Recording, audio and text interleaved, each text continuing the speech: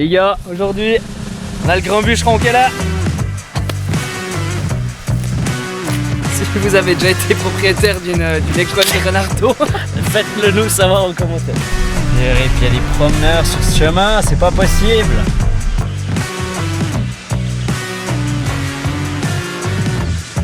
En gros, il y a des belligettes, comme Codia, voilà, elles sont sur ma main.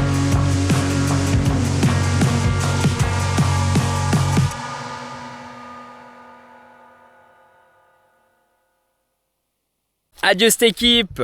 On se retrouve ensemble aujourd'hui, le mardi 7 avril, au milieu des champs, grand beau, presque 20 degrés, en t-shirt.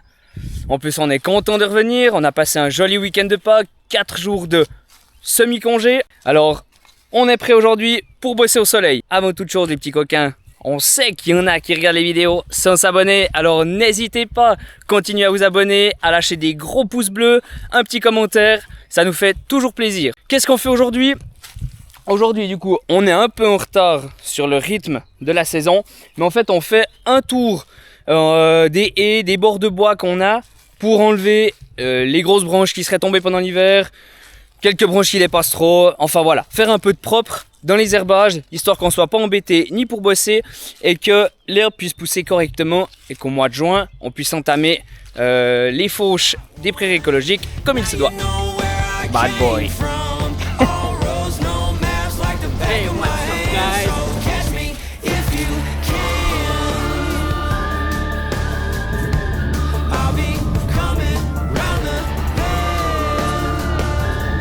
Les gars, aujourd'hui, on a le grand bûcheron qui est là. Bon, vous avez compris, avec ça, on va abattre du gros matos. On est parti pour un tronc de quoi, 1,50 m de diamètre, c'est ça? À peu près, à peu près. Je déconne, c'est pas vrai. Mais au moins, on s'équipe. J'avoue, j'ai pas la veste. Mais déjà, on a le pantalon, le casque, gracieusement offert par le papa de Maxime, c'est la grande classe. Comme ça, on est full équipé. Puis, on va faire attention quand même aux bras. Mais la sécurité, je le dis toujours, c'est important. On fait notre maximum. En l'occurrence, le haut, c'est pas très bien. Ça, j'avoue. Ça va, ça va. Normalement, tu tiens toujours ta tronçonneuse à deux mains. Ça limite les risques. Mais les jambes, ouais. Au moins les jambes, c'est déjà pas mal. Les jambes, les yeux. Les oreilles. Bah, surtout, c'est hyper important avec les oreilles avec celle-ci parce qu'elle fait un boucan. Et ça, Ego d'ailleurs, vous pouvez sponsoriser les vidéos. Hein, parce qu'alors ça, c'est une pure merveille. C'est moins cher que du Stihl, que de l'Husqvarna en électrique. Et ça a une performance, franchement, t'es d'accord Max? C'est la grande classe. Hein. Ouais. Tu peux en couper du bois, ça crève jamais. En plus, au moment où tu veux la démarrer, tu enlèves la protection. Tac. Même pas besoin de 3 coups pour la démarrer. On appuie sur la sécurité. Ah ouais. Au montage, qu'est-ce qui s'est passé? Big fail. Ah, le frein de chaîne. Pourquoi? Parce que Maxime, il sait utiliser une tronçonneuse et qu'il met le frein de chaîne. Bon, on appuie sur la sécurité. Et ça démarre. Franchement, pure pépite.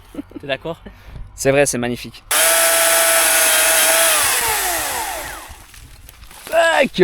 Comme ça, vous aurez vu le gros 1,50 m de diamètre qu'on vous présentait. Hein, incroyable. Non, maintenant on est parti. Hein? Abattage de l'extrême. Abattage de l'extrême. Non, maintenant on est parti, on va faire un tour, contrôler s'il y a des branches sur les prairies. Ça, c'est les fameuses compensations écologiques qu'on vous présentait au mois de juin l'année passée. Mois de juin, le 15. Le 15 juin, exactement. Donc là, on fait un tour vu qu'on a encore le temps avant les gros travaux qui vont suivre, ce qui seront préparation des terres à maïs. Donc autant le faire maintenant avant que ce soit le gros bourg. On enlève les branches, entre autres pour le passage de la faucheuse au 15 juin. Pour éviter que quand l'herbe sera haute comme ça, on ne voit pas les débris de bois. Nous, on continue notre tour et puis je vous mets 2-3 images. C'est parti. Safety first.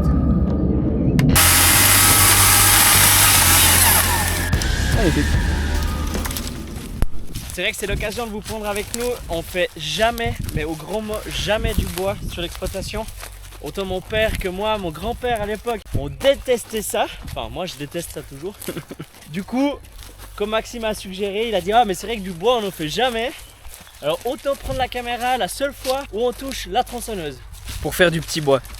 Faire du petit bois. Mais après Maxime, lui il est pas comme nous, lui il préfère. Moi j'adore ça. J'ai travaillé pendant des années aussi en fait plutôt avec les végétaux. Puis après quelques années spécialisées aussi, plutôt dans l'abattage et la taille des gros arbres. Et c'est vrai que du coup moi, qui est le bois, la tronçonneuse, c'est quelque chose que j'adore, que j'aime faire. Et puis bah ouais, c'est vrai que c'est des petits boulots des fois l'hiver et que c'est des petits plaisirs, ça change aussi. Par contre, posez-vous quand même la bonne question, pourquoi c'est moi qui ai la tronçonneuse et les amis?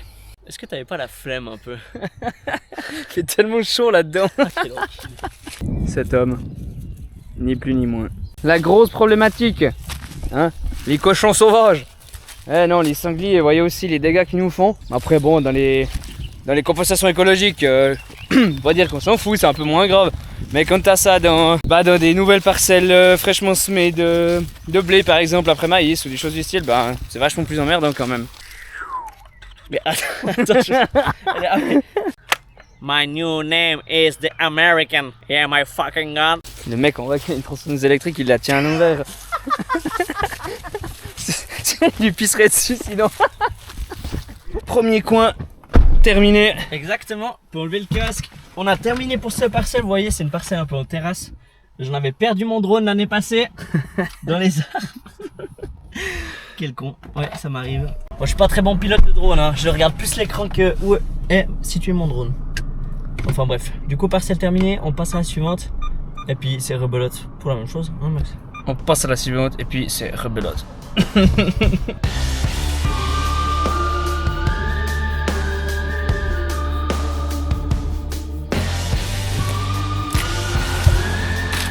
Là on a changé de parcelle avec Maxime, on est sur une pâture, on met que les moutons ici pas. Bien sûr, vous savez, les taureaux on les sort jamais. C'est vraiment un vieux talus qui produit un peu d'herbe.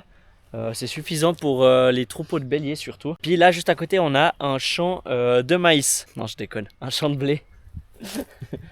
J'ai presque cru qu'il était sérieux ce con. Je voulais voir s'il allait dire quelque chose. On a un champ de blé et en bord de ce champ de blé, Maxime il est en train de ramasser les branches. Et on a une série de trous, voilà, donc des petits trous comme ça. Des petits trous, des petits trous. C'est tellement une belle voix. Ouais, c'est pour ça, Maxime. Charles Aznavour n'avait qu'à bien se tenir avec toi. Oui. Des trous comme ça. Et on se posait la question, Maxime, toi tu pensais à des blaireaux? Non, non, quand même pas aussi petit. Non, je pensais à rien en fait. Puis moi j'ai pensé, alors on va dire on a pensé à des renardeaux. Parce que je me suis dit pour qu'on ait autant à la suite, mais il y en a vraiment sur 10 mètres. Hein, Ouais, sur 10 mètres, ouais. 10 mètres sur 4 ans de blé de là. C'est vraiment des petits trous qui sont pas terminés. Et je me suis dit, tiens, c'est peut-être un atelier entraînement de renardeaux pour creuser des terriers. À l'école des renardeaux. Ah, c'est con, mais ça peut être ça, non? Vous voyez, donc dites-nous en commentaire ce que vous en pensez. Voilà. Et voilà, nous on pense que c'est peut-être des renardeaux. Si vous avez déjà été propriétaire d'une école de renardeaux, faites-le nous savoir en commentaire.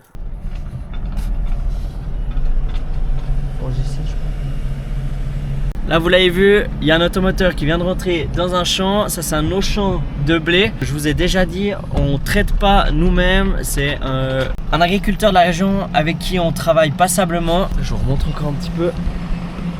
Voilà, un joli Berthoud. Donc c'est lui qui est responsable de faire tous les traitements de l'exploitation.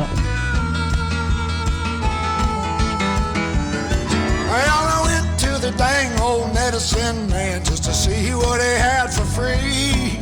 I said I'm getting up there and this old gray mill just ain't what it used to be. Well, my heart aches worse than ever on account of the company I keep. Well, he chuckled and I asked you to say something funny, then he smiled. on évacue. Et même au milieu des parcs, des petites jonquilles qui poussent. Si c'est pas beau ça quand même. You're gonna be just fine. Said if your bed still rocks at night time, well, there ain't no drug better I can find. But make sure you get your rest in the daytime, cause if your bed's still rocking, you're still alive. Et nickel, on arrive gentiment au bout de l'après-midi bois. Donc gros bois aujourd'hui pour le bois qu'on avait à faire. Du coup, il nous reste cette grosse branche, on la débite ensemble. Après, la saga bois, c'est terminado. Terminado. En fait, on était en train de se poser une question avec Maxime. Est-ce qu'on a vraiment le droit de remettre les branches au bois? Et ça, vraiment, on n'en a aucune idée. Sachant que là, on nettoie nos compensations écologiques, mais les bois sont pas forcément à nous. On vient nettoyer, entretenir nos compensations. Le bois, c'est du bois mort qui est tombé. C'est pas comme si on abattait des arbres. En l'occurrence, Je sais pas. Franchement, aucune idée. Restitution. Ouais, enfin pour moi, s'il était tombé 1 mètre en arrière, on l'aurait pas touché, il serait en fait dans la forêt. Ouais, c'est ce que je me dis. Donc je sais pas s'il y a des... Si on faisait du dépôt en fait. Ouais, c'est ça.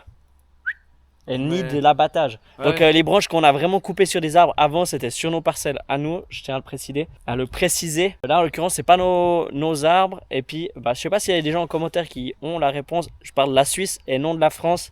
Attention. Dernière branche, on débite ça ensemble et ensuite on en aura fini pour le bois.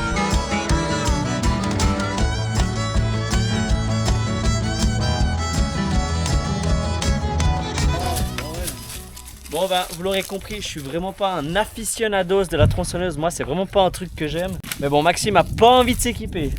Maxime a envie de m'apprendre, c'est une bonne chose. Mais j'aime vraiment pas ça, moi. Je trouve ça trop dangereux. Je préfère que ce soit les autres qui se blessent et pas moi.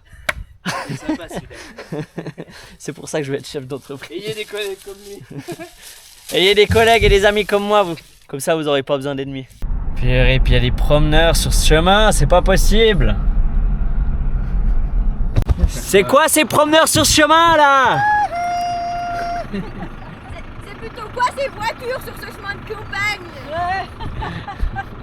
On rigole avec les randonneurs, hein, mais du coup c'est normal puisque c'était juste ma femme, mon petit bout de chou, ma maman puis ma soeur. Donc c'est pour ça qu'on se permet de parler brusquement des randonneurs qui étaient sur le chemin que vous avez vu. Et du coup là on est sur la dernière parcelle d'herbe qu'on contrôle au niveau du bois. On aura fait une sacrée journée d'abattage de bois tel des timberjacks.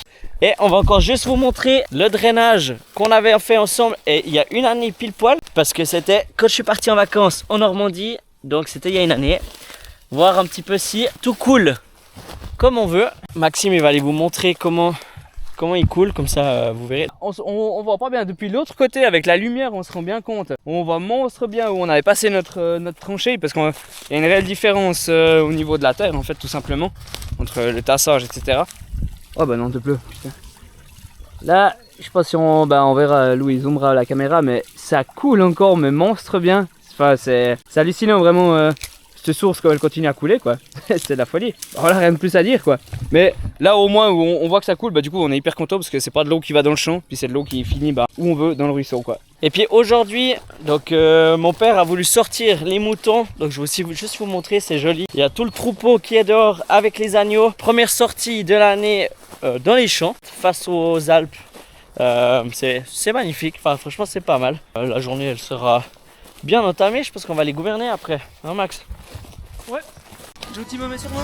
Son, if your bed still rocks at nighttime, well, there ain't no doubt you're gonna be just fine. Said if your bed still rocks at nighttime, there ain't no drug that'll rock it fine. But make sure you get your rest in the daytime, 'cause if your bed's still rocking, you're still alive. Make sure you get your rest in the daytime, 'cause if your bed's still rocking, you're still alive.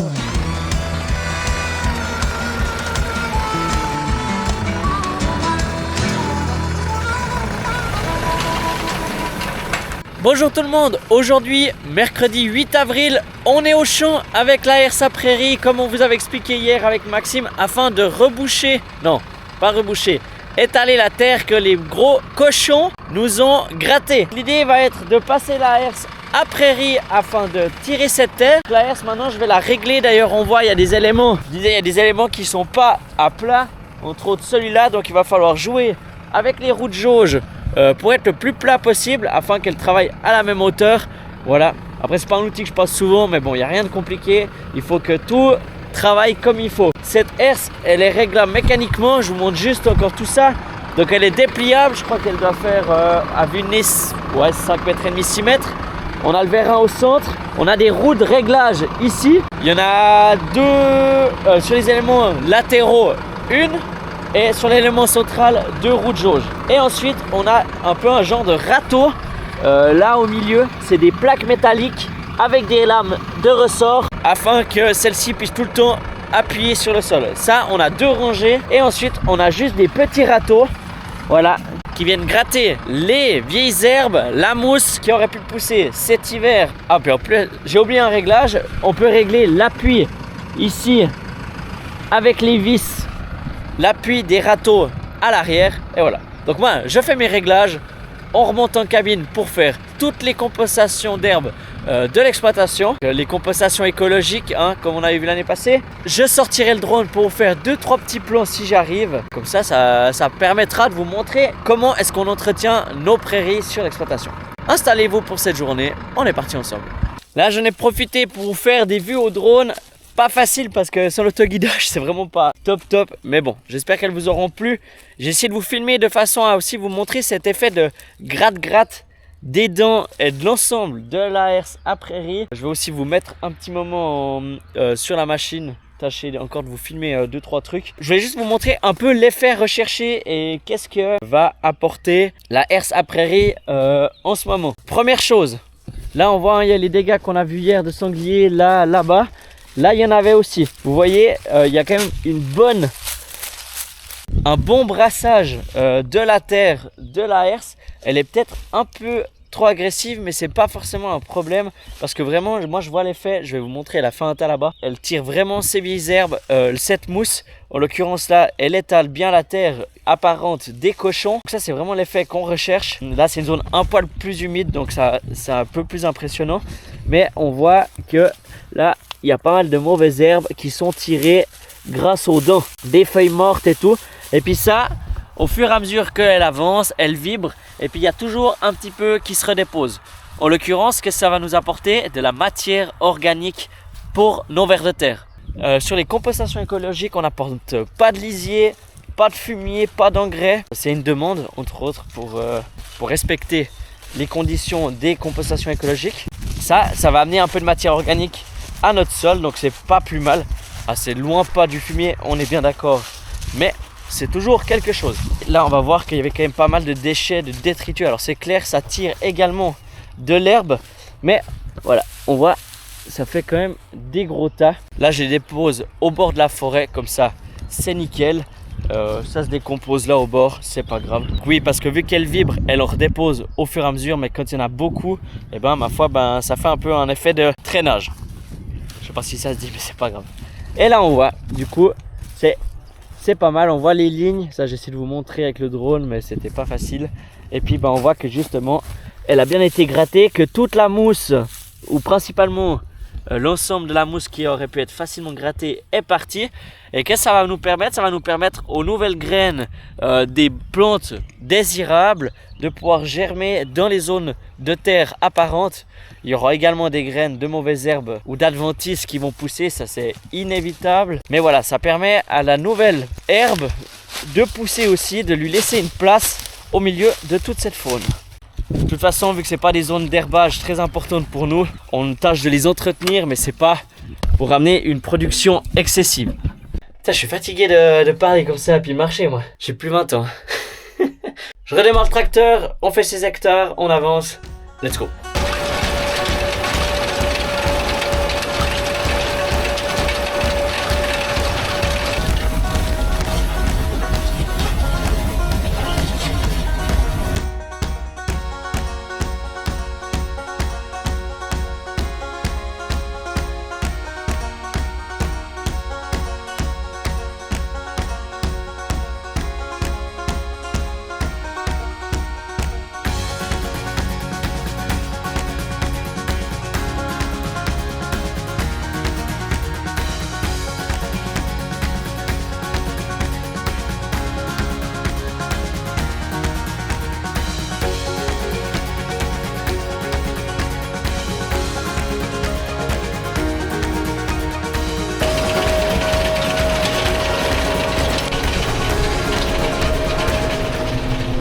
Et bon, parfait, première parcelle terminée. Moi je vais pas vous reprendre parce que je pense qu'il n'y a pas grand chose de plus à vous expliquer. Donc on se retrouve plus tard dans la vidéo. Il arrive gentiment l'heure d'aller dîner. Je viens d'effectuer la fin de la deuxième parcelle. Je me suis rendu compte d'un truc en étant à côté de notre colza. C'est que je me suis dit, purée, on fait jamais un tour des cultures ensemble. Et c'est vrai. Le dernier tour des cultures, si je dis pas de bêtises, c'était au mois de juin l'année passée, mi-mai, après le semis des maïs. Et en vrai, depuis là, à part vous montrer du travail, je vous ai jamais montré nos cultures. On va remédier à ça, en tout cas, dès à présent. Vu qu'on se trouve à côté d'un champ de colza, quoi de mieux que de vous présenter notre colza. Voilà, colza, chaîne YouTube colza. Je voulais juste vous montrer, là on a fait une intervention avant-hier, donc on peut constater la présence. Est-ce qu'on voit bien en fait? Bon, en gros il y a des méligettes dans le colza, voilà, elles sont sur ma main maintenant. Une méligette. Donc là on était à un stade entre 10 et 15 méligettes par plante. On a décidé d'intervenir afin de protéger les bourgeons. On voit que les bourgeons sont bien développés, hein, donc sur l'ensemble de la parcelle on voit bien toutes les têtes. On voit que c'est légèrement jaune, mais attention, c'est le jaune vert du bourgeon et non le jaune de la fleur, à pas confondre. Donc là on effectue l'intervention pour protéger les bourgeons contre l'attaque des méligettes. Il faut savoir que la méligette, au premier stade, lorsqu'on était au stade bourgeon comme c'est le cas ici, elle va être un ravageur, donc elle va venir attaquer, manger, si je dis pas de bêtises, son action c'est de manger les petits boutons du bourgeon. Mais ensuite elle aura une action plus de pollinisateur au moment de la floraison. C'est pas l'insecte qui a le plus d'impact au niveau de la pollinisation, mais elle en a quand même un petit peu, autrement ce sera les abeilles. Pour l'instant on fait une intervention pour protéger le colza. On l'a fait avant-hier avec justement l'automoteur que vous avez vu, sauf que l'automoteur l'autre jour vous l'avez vu dans les blés. Donc il est super bien développé. On doit être autour des 650 000 plantes hectares. Le nombre de kilos je sais plus exactement. C'est beaucoup. Après c'est un choix. Nous, mon père a toujours semé assez dense au niveau du colza pour éviter que justement les plantes qui venaient à mourir ou bien ne pas pousser avant l'hiver soient compensées par justement un dosage de semis plus élevé. Peut-être qu'à l'avenir on pourra essayer de diminuer, mais pour l'instant c'est notre stratégie puis elle fonctionne. Donc le principal c'est qu'on soit content de ce qu'on produit et de ce qu'on récolte. On peut voir, hein, il est quand même vachement dense. En théorie on devrait avoir 65 plantes à l'hectare. Et là, en l'occurrence, on a fait les calculs avec Maxime l'autre jour sur l'ensemble de nos parcelles. On est à 42-45 plantes. Enfin, je voulais dire 65 au mètre carré, du coup 42-45 plantes au mètre carré. Donc on voit qu'il y a quand même une certaine perte. Est-ce que c'est la concurrence du colza lui-même ou est-ce que c'est les ravageurs à l'automne comme les limaces, les altises? Ça, on ne sait pas. Joli développement de la culture. Voilà, un petit tour d'horizon. Je vais pas faire une explication plus poussée, mais voilà, je me suis dit que ça pourrait être intéressant de vous emmener. On se réjouit de voir ce qu'un beau colza comme ça va pouvoir produire. Dernière chose que je peux vous expliquer encore, nous on sème au semoir monograine. Donc on voit là, il y a les lignes. Nous on le sème au monograine de façon à bien déposer la graine à une distance spécifique entre elles. En l'occurrence, c'est également la personne qui a l'automoteur qui nous réalise le semis. À l'époque on avait un semoir et puis il y a 2-3 ans on a décidé de le revendre. Et puis vu qu'eux ils ont un semoir en 6 mètres, nous on a juste à... Oh, super la tête.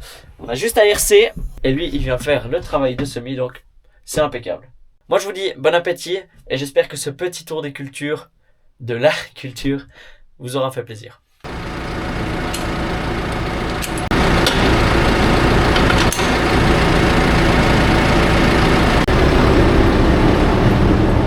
Allez tourner le semoir à engrais.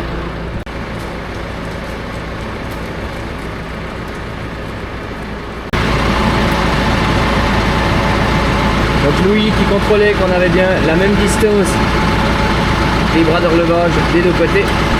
Bonjour tout le monde, aujourd'hui 9 avril, Maxime et moi-même on est venus crocher le semoir à engrais. Aujourd'hui, première pour nous, enfin en tout cas première pour Maxime, pour demain ce sera moi. Mais premier épandage d'engrais, on prend du galon sur l'exploitation, c'est beau. Non, généralement c'est souvent l'associé à mon père qui fait l'épandage d'engrais, mais vu qu'il faut aussi transmettre, et ben maintenant c'est à nous de nous mettre en route. Là, on est chez Julien, la personne qui traite pour nous nos cultures tout bêtement, et on a en collaboration le semoir à engrais. Voilà, du coup, on est venu le crocher, on a réglé, comme il vous a montré Maxime, les bras de relevage. Et maintenant, on est parti pour aller à la maison, remplir le semoir à engrais. Et puis ensuite, Maxime, il aura les explications de comment ça se passe au niveau de l'épandage. Et il sera parti pour épandre toute la journée. Magnifique. T'es content? Yes. Salut cette équipe. On se retrouve aujourd'hui pour le deuxième apport d'azote dans les cultures. Alors, vous êtes avec moi maintenant dans les colzas, on suivra avec les blés et demain vous finirez les blés avec Louis. Conditions idéales, la terre est parfaite. Dans 2 ou 3 jours, ils annoncent un petit peu de précipitation. C'est absolument tip top parfait pour faire ce deuxième apport. C'est vrai que le truc qui est un petit peu délicat dans ces colzas quand tu fais le deuxième apport, ben il faut vraiment se veiller à piler le moins possible. Ben, c'est vrai que sinon, quand tu écrases une plante de colza, ben là cette fois tu sais que tu la condamnes. C'est pas comme sur les céréales où tu sais qu'elles vont pouvoir, elles seront un peu moins fortes que les autres, c'est clair, mais elles vont quand même se relever et puis tu auras quand même quelque chose derrière. Là, ce que tu piles, eh ben, c'est raide.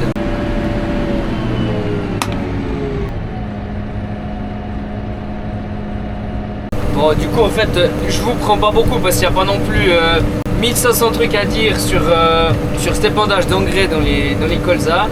Donc là, je fais d'abord mes bords en fait. Et on a un déflecteur qui descend. Et puis comme ça, ça évite, enfin c'est plutôt ça nous assure d'avoir de l'engrais jusqu'en bord de champ. Donc ça c'est super bien en fait, enfin, c'est hyper classe. Ça fonctionne tout par secteur.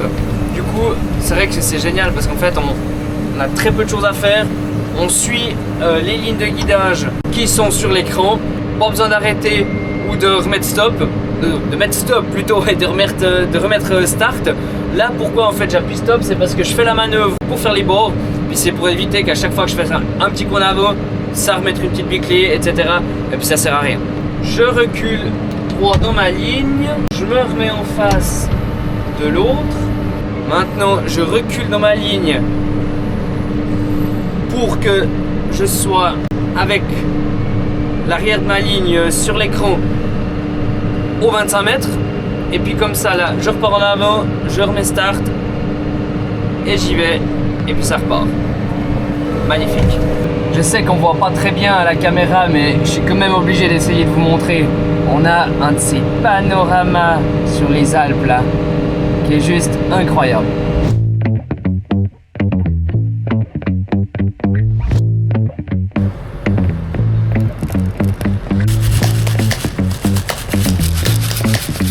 Alors comme vous avez pu voir, du coup j'ai pris ce qu'on appelle le granulomètre pour contrôler quelle granulométrie on avait en fait dans notre minéral. Et puis maintenant en fonction de ça, et bah, du coup je vais chercher dans l'ordinateur l'engrais qui va correspondre mieux ou modifier si on n'a pas exactement ce qu'on veut. Après 2-3 petits réglages, on a regardé ensemble aussi avec Louis, comme ça en fait on apprend les deux. Et ben on a changé de type d'engrais donc et on est parti maintenant ensemble sur les céréales. On commence d'abord les orges. Moi j'ai plus assez pour faire le prochain champ, donc je suis rentré à la ferme recharger. Maintenant on a fini les blablas, fini les petites images. Maintenant place à Louis avec son drone.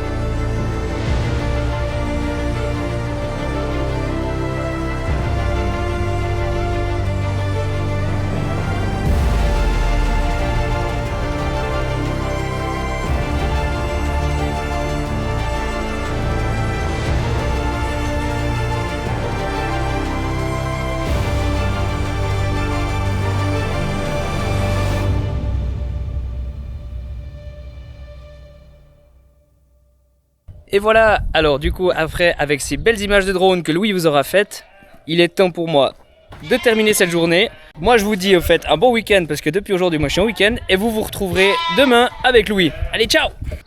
Je profite du trajet retour pour vous expliquer ce qui a été fait en fait avec l'automoteur. En l'occurrence, je crois que Maxime vous a dit au revoir puisque demain, monsieur est en week-end dès le vendredi. Il a totalement bien raison. Du coup, intervention avec l'automoteur pour fongicide et régulateur de croissance. Voilà. Comme ça, vous savez qu'est-ce qu'on a fait comme intervention. Donc sur les orges, pardon, pas précisé. J'en ai profité pour vous le filmer puisque Maxime, je suis allé faire du drone pour avoir 2-3 images et en fait en parallèle il y a eu l'automoteur. Donc je dis une pierre deux coups, c'est pas trop mal. Bon, sur ce, je vous souhaite une bonne soirée et nous on se retrouve demain. Eh bien le bonjour tout le monde, aujourd'hui on est le 10 avril, dernier jour de la semaine, on finit ensemble à l'engrais. Donc Maxime vous a tout expliqué hier, je vais pas vous réexpliquer, on finit juste le dernier champ. Il me reste encore 4,4 hectares à épandre et on se retrouve cet après-midi pour le nettoyage du semence engrais. Et ouais, parce que Maxime, bon temps hein, hier il épand quasiment toute la surface et puis c'est qui? C'est Bibi avec 6 hectares qui finit le semence. Non, je rigole. Donc comme je vous ai dit, on finit, là je suis à un champ juste à côté de la ferme. Ensuite on va se retrouver sur un champ qui est à 5 km d'ici pour finir. Et comme ça, cet après-midi, on se retrouve, nettoyage du semence engrais, tutti quanti, fin de semaine. Et puis franchement, je pense qu'on n'est pas trop mal. Hein.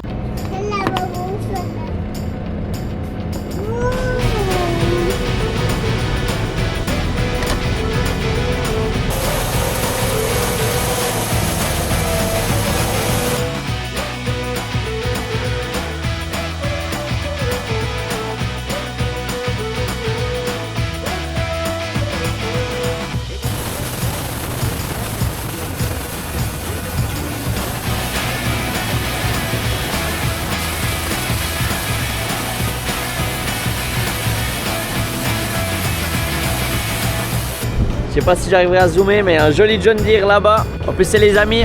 Donc je sais pas si vous regardez les vidéos les potes, mais vous êtes dessus.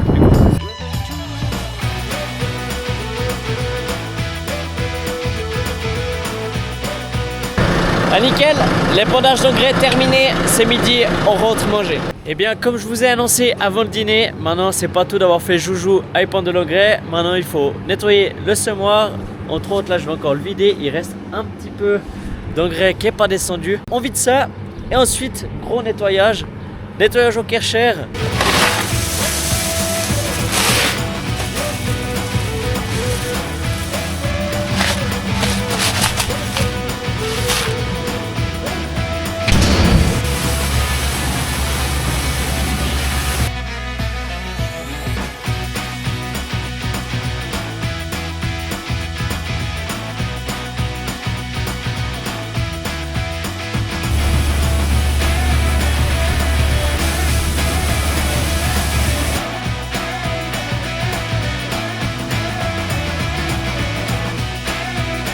L'épandeur est tout propre, on va aller le graisser ensemble. Notre bolide est graissé, c'est tout bon. Je vais juste le mettre sécher 20-30 minutes. Vous voyez comme c'est propre, mon père a encore donné un coup de balai devant la cour pour que ça fasse tout propre. Magnifique, bravo papa, tu t'es donné de la peine en tout cas.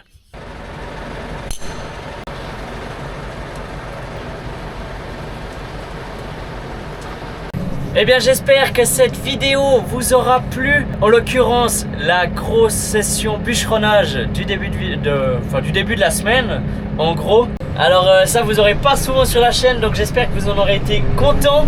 Autrement, ben voilà, première fois pour Maxime et moi au niveau des semis d'engrais. Donc ça aussi j'espère que vous aurez apprécié. On a essayé de faire au mieux pour vous présenter un truc qualitatif sur une chose où on a moins de connaissances que d'habitude. Donc franchement cool pour nous. Et puis j'espère que vous aurez apprécié. Je vous rappelle l'objectif que je vous ai annoncé dans la vidéo précédente. Des 4000 abonnés où je vous sors une vidéo sur l'histoire de la ferme. Donc, vous savez ce qu'il vous reste à faire si vous êtes intéressé à découvrir notre histoire. Et n'hésitez pas à partager, liker, commenter comme d'habitude. Comme dirait Maxime, un gros pouce bleu. Et autrement, je n'ai plus qu'à vous dire à la prochaine dans une de mes vidéos. Allez, ciao!